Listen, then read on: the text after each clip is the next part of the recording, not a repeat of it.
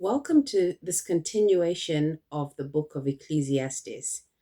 I'm in chapter 6 today, and I'm really going to be zoning in on verse 10.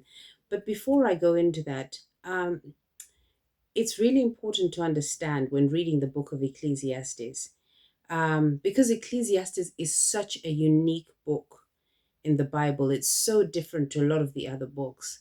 When reading the book of Ecclesiastes, it's really important to remember that it is just one of 66 books.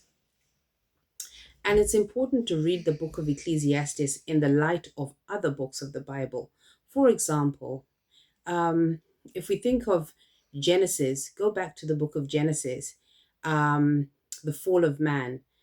The fall of man, it tells us of that time when sin happened in the Garden of Eden. And because of that, God then did say to Adam and Eve that the days of their lives would become frustrated because of that sin. This is where toil and work was then introduced into man's life, and so it leads us to the frustration of the fall. A lot of the things that we see happening in the world today are actually a result of the frustration of the fall. Sickness came into the world, um, all kinds of things that just came because of that sin. And so when you read the book of Ecclesiastes, it's really important to have that backdrop of other books of the Bible, because it's a book that covers so many different themes. And to have a better understanding, a better grip of the book of Ecclesiastes, um, reading it in light of the other books of the Bible really helps. But Ecclesiastes chapter 6, verse 10 says this: Whatever exists has already been named, and what man is has been known. No man can contend with one who is stronger than he. In this verse, whatever exists has already been named. This highlights the sovereignty of God, because God was everything that exists is known already to God. Some things man is still discovering, but everything that's in existence is already known to God, which highlights God's sovereignty.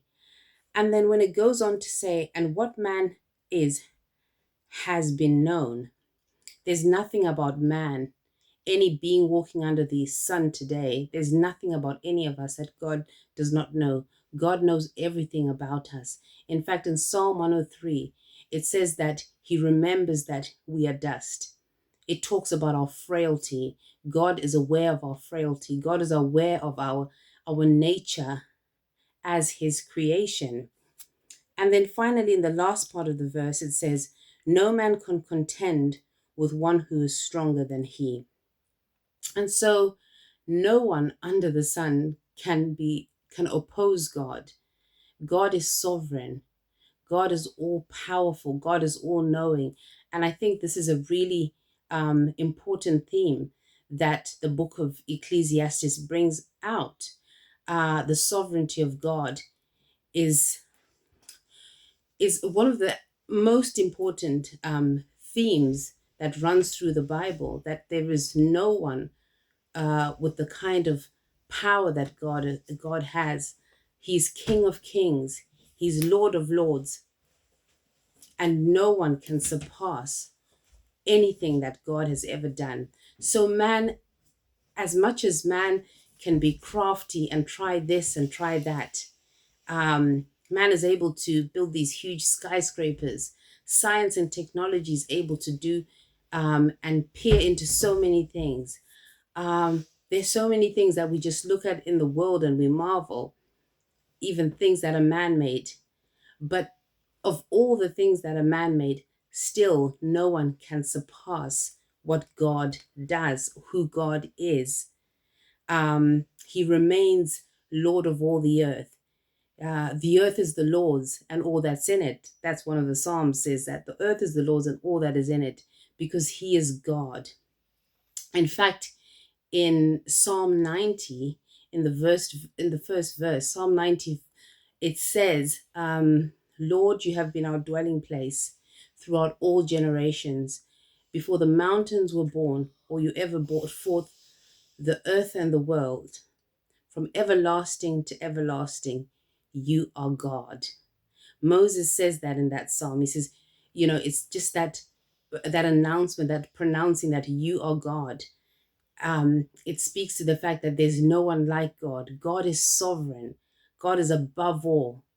And so the book of Ecclesiastes does invite us to put God, to remember to put our Creator above all things. In fact, when the book ends in the last chapter of Ecclesiastes, the conclusion that Solomon has come to is fear God and keep his commandments, for this is the whole duty of man. And so today is just a reminder as well. Let us fear God and keep his commandments. This is the whole duty of man, the whole duty of our existence. See you next time.